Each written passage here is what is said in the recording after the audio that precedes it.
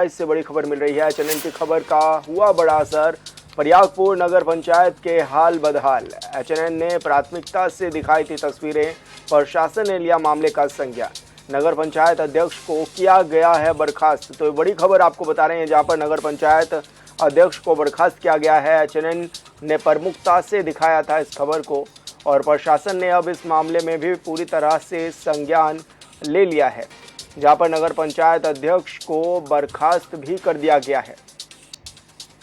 तो एचएनएन की खबर का यह बड़ा असर हुआ है बहराइच में, जहां पर प्रयागपुर नगर पंचायत के हाल बदहाल थे और ऐसे में एचएनएन ने यह मुद्दा भी उठाया था और प्रमुखता से ये तस्वीरें भी दिखाई थी। और संवाददाता दीपक कुमार हमारे साथ फोन लाइन पर जुड़ गए हैं। दीपक, क्या कुछ जानकारी मिल रही है, किस तरह से बड़ा एक्शन हुआ है? जी, आपको बता दें कि जनपद बहराइच के नगर पंचायत प्रयागपुर में जिस तरह से साफ सफाई व्यवस्था को ताक पर रखकर यहाँ के कर्मचारी काम कर रहे थे, यहाँ के चेयरमैन हो या ईओ प्रशासक हो, सभी के द्वारा ताक पर रख के काम किया जाता रहा। वहीं आपको तो बता दें कि एचएनएन की खबर को चलने के बाद प्रयागपुर के विधायक सुभाष त्रिपाठी ने इस मामले का जब संज्ञान लिया, वहीं उच्च अधिकारियों को पत्र लिखकर बराबर इसके बारे में अवगत कराया। उसी मामले को लेकर जब यह पत्र शासन को जाता है, उसके बाद राज्यपाल इस मामले में हस्तक्षेप करते हैं। उसके बाद नगर पंचायत के खिलाफ, नगर पंचायत अध्यक्ष के खिलाफ प्रशासनिक द्वारा कराए गए जांच में अनियमितता पाए जाने के बाद उनको कार्य से बहिष्कार कर दिया है। जी, तो अब आगे की क्या कुछ और तस्वीरें हैं, क्योंकि एचएनएन ने भी प्रमुखता से दिखाई थी इन तस्वीरों को। ऐसे में अधिकारियों ने जब मामले का संज्ञान लिया, तो अब माहौल किस तरह का दिखाई दे रहा है? जी, आपको बता दें, खबर जब क्षेत्र में बराबर एचएनएन ने इसको चलाकर क्षेत्र में प्रसारित किया, उसके बाद लोगों के द्वारा देखा गया, उसके बाद उनके मन में आस जगी कि कहीं ना कहीं हम लोगों की आवाज एचएनएन न्यूज चैनल बराबर उठा रहा है। उसके बाद ठीक 10 दिन बाद जब ये कार्रवाई होती है, उसके बाद यहाँ के ग्रामीणों को और लहर मिलती है, काफी उत्साह मिलता है कि कहीं ना कहीं अब इस जगह का विकास, इस नगर पंचायत का विकास होगा। कहीं ना कहीं नगर पंचायत प्रयागपुर एक रणभूमि बना हुआ था, लेकिन जिस तरह से राज्यपाल ने ये कार्रवाई की है, कहीं ना कहीं अब यहाँ के जनता को काफी राहत मिली है। जी बिल्कुल दीपक, बहुत बहुत शुक्रिया आपका तमाम जानकारी साझा करने के लिए। और बरेली से बड़ी खबर, दो पक्षों के बीच हुआ जमकर पथराव, दोनों तरफ से चले जमकर ईंट और पत्थर। पथराव का वीडियो भी सोशल मीडिया पर हुआ है वायरल। सूचना मिलते ही मौके पर पहुंची है पुलिस ने कई लोगों के खिलाफ दर्ज किया है मुकदमा। किला थाना क्षेत्र का बताया जा रहा है मामला। तो ये बड़ी खबर आपको बता रहे हैं, जहां पर पथराव का वीडियो भी सोशल मीडिया पर खूब तेजी से वायरल हो रहा है। सूचना मिलते ही मौके पर पुलिस भी पहुंची हुई है और ऐसे में अब तक पुलिस ने कई लोगों के खिलाफ भी मुकदमा दर्ज कर लिया है।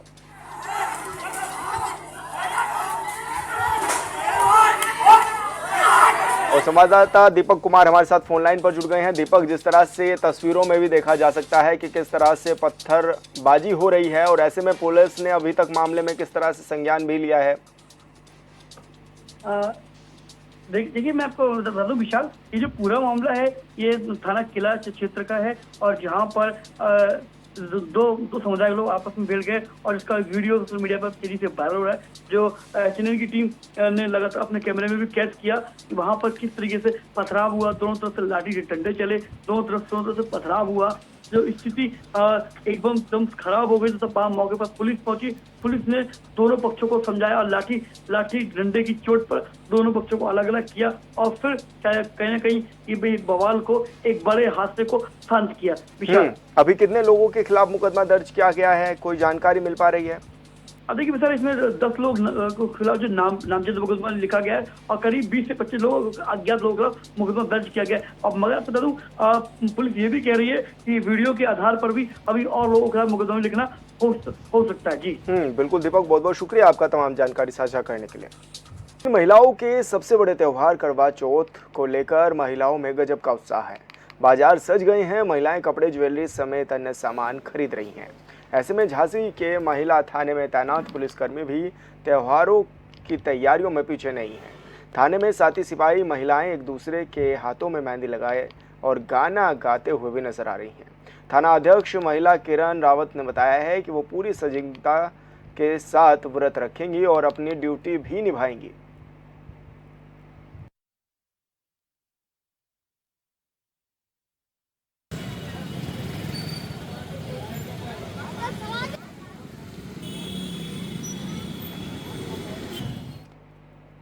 आज कार्तिक मास के कृष्ण पक्ष की चतुर्थी यानी कि करवा चौथ मनाया जा रहा है। ये व्रत विवाहित महिलाओं के लिए होता है और ऐसे में माना जाता है कि व्रत से महिलाओं को अखंड सौभाग्य मिलता है, यानी व्रत करने वाली महिलाओं के पति की उम्र लंबी होती है और उनका स्वास्थ्य भी अच्छा रहता है।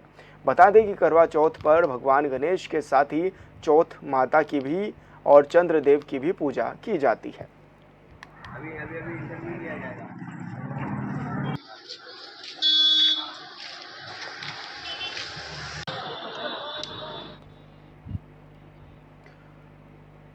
सीतापुर में उत्तर प्रदेश विधान परिषद के वित्तीय और प्रशासनिक विलंब समिति के सभापति पवन सिंह चौहान ने कलेक्ट्रेट सभागार में अधिकारियों के साथ बैठक की।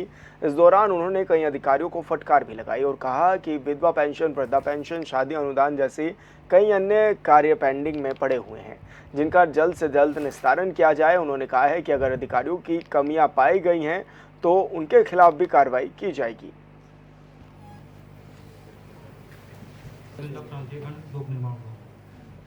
मुरादाबाद के कोतवाली थाना क्षेत्र में पुलिस ने एक महिला को करीब 3 किलो अफीम के साथ गिरफ्तार किया है। बता दें कि महिला झारखंड से लुधियाना अफीम की सप्लाई करने जा रही थी। इसी बीच चेकिंग के दौरान पुलिस ने उसे गिरफ्तार कर लिया। वहीं बरामद किए गए अफीम की कीमत लगभग 45 लाख रुपए बताई जा रही है। फिलहाल पुलिस ने महिला को अरेस्ट कर आगे की कार्रवाई भी शुरू कर दी है।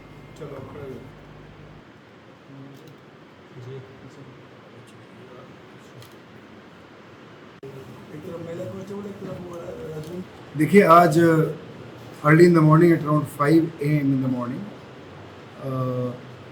SHO कोतवाली, CO कोतवाली, CO सिविल लाइंस, इन सब लोगों के पास एक इनपुट था जिसमें ये बताया गया था कि एक महिला जो हजारीबाग झारखंड की रहने वाली है और एक इंटर स्टेट वो गांजा तस्कर है, जो हमारी टीम थी CO सिविल लाइंस, CO कोतवाली, SHO कोतवाली और प्लस RPF के हमारे जवान, इन सब लोगों ने मिलकर के उसको एक तरह से रोका और पूछताछ की गई, उसकी तलाशी ली गई। उसके पोजीशन से 3 किलो 288 ग्राम अफीम हम लोगों ने रिकवर किया है, जिसकी इंटरनेशनल मार्केट में कीमत लगभग 50 लाख रुपये है। और उसके बाद इससे पूछताछ की गई है। ये महिला कई बार ट्रेन से, बस से पंजाब की तरफ नारकोटिक्स की कंसाइनमेंट झारखंड से लेके जा चुकी है और इससे और भी पूछताछ की गई है। इससे इसके बैकवर्ड और जो फॉरवर्ड लिंकेजेस हैं उसके बारे में हम लोगों ने जानकारी प्राप्त की है और इसमें इसको अभी पंजीकृत कर। रामपुर के थाना बहराइच हिंसा को लेकर कैबिनेट मंत्री असीम अरुण का बयान सामने आया है। उन्होंने कहा है कि बहराइच की घटना में जो हत्या की गई वो गंभीर विषय है, हत्या नहीं होनी चाहिए थी। उन्होंने कहा है कि घटना में जो कोई शामिल है उसमें से किसी को भी बख्शा नहीं जाएगा। सरकार ऐसे लोगों के खिलाफ कड़ी कार्रवाई भी कर रही है। वहीं उपचुनाव को लेकर भी मंत्री ने बड़ा दावा किया है। उन्होंने कहा है कि उपचुनाव में बीजेपी सभी सीटें जीतेगी। बहराइच में जो घटना हुई और विशेषकर जो हत्या हुई वो बहुत गंभीर विषय है। नहीं होना चाहिए था, इसके लिए बहुत सारे प्रबंध करने चाहिए थे, वो अलग विषय है। लेकिन जो हत्या हुई वो बहुत ही गंभीर बात थी, नहीं होना चाहिए था और उसके तहत मुकदमा लिखा गया, कार्रवाई की जा रही है। जो अपराधी बचे हैं उनके खिलाफ भी ठोस कार्रवाई की जाएगी। हम लोग किसी भी प्रकार की कानून व्यवस्था की स्थिति को उत्पन्न नहीं होने देंगे। जो भी अपराधी हैं उनके खिलाफ कार्रवाई की जाएगी और भविष्य में जितने भी त्योहार हैं उनके लिए जिस प्रकार की सजगता योगी जी के निर्देशन में बरती जाती है उसको और बढ़ाया जाएगा। विशेषकर अपनी कन्नौज की बात करें तो हर त्योहार पे हमारा पुलिस प्रशासन भी सजग रहता है, भारतीय जनता पार्टी का संगठन भी अपना योगदान करता है। हम चाहेंगे और लोग भी अपना अपना योगदान करें और किसी भी त्योहार पे किसी प्रकार के विवाद की बात नहीं होनी चाहिए। जो त्योहार का भाव है उसके साथ।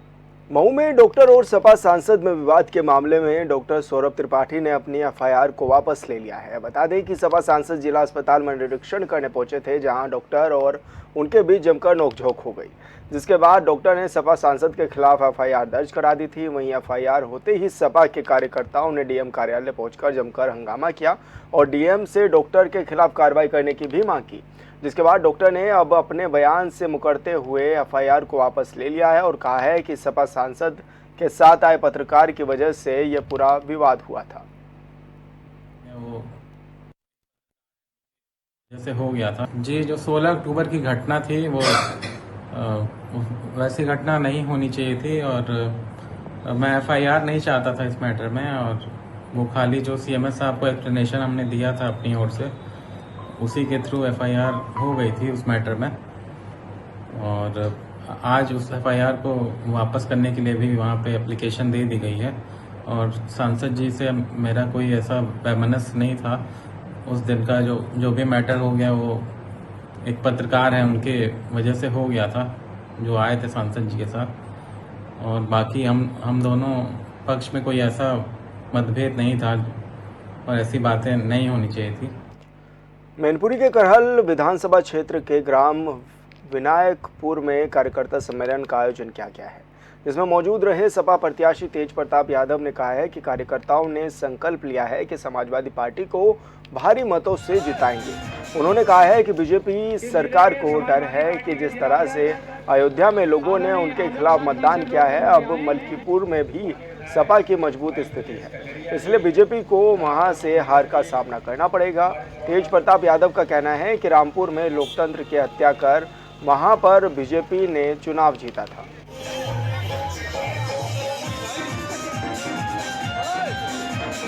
समाजवादी पार्टी के सभी बूथ स्तरीय कार्यकर्ता और सेक्टर स्तरीय कार्यकर्ताओं का सम्मेलन हुआ, और सभी साथियों ने संकल्प लिया है कि इस चुनाव में समाजवादी पार्टी को भारी मतों से चुनाव जिताएंगे, और हमारे कार्यकर्ता जो हैं पूरी तरीके से चुनाव में लगे हुए थे कई महीनों से, और मुझे उम्मीद है कि हमारी ये मेहनत जो है वो सफल साबित। रायबरेली से बड़ी खबर, सुपरमार्केट कैनरा बैंक के बेसमेंट में लगी भीषण आग, मौके पर पहुंची दमकल की कई गाड़ियां। तो बड़ी खबर आपको बता रहे हैं, जहां पर बड़ी आग भी लगी है। रायबरेली में ये घटना घटी है, जहां पर मौके पर दमकल विभाग की गाड़ियां भी पहुंच गई हैं। तो सुपरमार्केट कैनरा बैंक के बेसमेंट में ये आग लगी है, और ऐसे में फायर ब्रिगेड को इसकी सूचना दी गई, और ऐसे में गाड़ियां भी फायर ब्रिगेड के मौके पर पहुंची हुई हैं, और आग पर काबू पाने की कोशिश लगातार जारी है। और संवाददाता लक्ष्मी शंकर हमारे साथ फोन लाइन पर जुड़ गए हैं। लक्ष्मी, क्या कुछ जानकारी मिल पा रही है, किस तरह की ये आग लगी है और अभी क्या आग पर काबू पाया गया? जी विशाल साहब, मैं आपको बिल्कुल बताना चाहूंगा, ये घटना 1 घंटा पहले लगभग है, जबकि सुपरमार्केट में कैनरा बैंक के बेसमेंट में आग लग गई, जहां पर दमकल की कई गाड़ियां मौके पर पहुंची, लेकिन 1.5 घंटे तक आग को काबू नहीं कर पाया गया। वहीं पर लगातार दमकल विभाग के कर्मचारी लगातार मेहनत करते हुए नजर आ रहे हैं। तो अभी सबसे बड़ा सवाल ये उठता है कि जिला प्रशासन, सवाल ये होता है कि व्यापारी, यहाँ पर जो व्यापारी है, कितनी बड़ी घटना हो गई है। व्यापारी ने पुलिस, जिला अधिकारी और पुलिस अधीक्षक तो कई बार इसके शिकायत भी किया था, कई मामलों को लेकर के, लेकिन अभी तक इस पर आग पर काबू नहीं पाया गया है। तो अभी क्या क्या दावा किया जा रहा है, कब तक इस आग पर काबू पा लिया जाएगा और कितना बड़ा नुकसान भी बताया जा रहा है?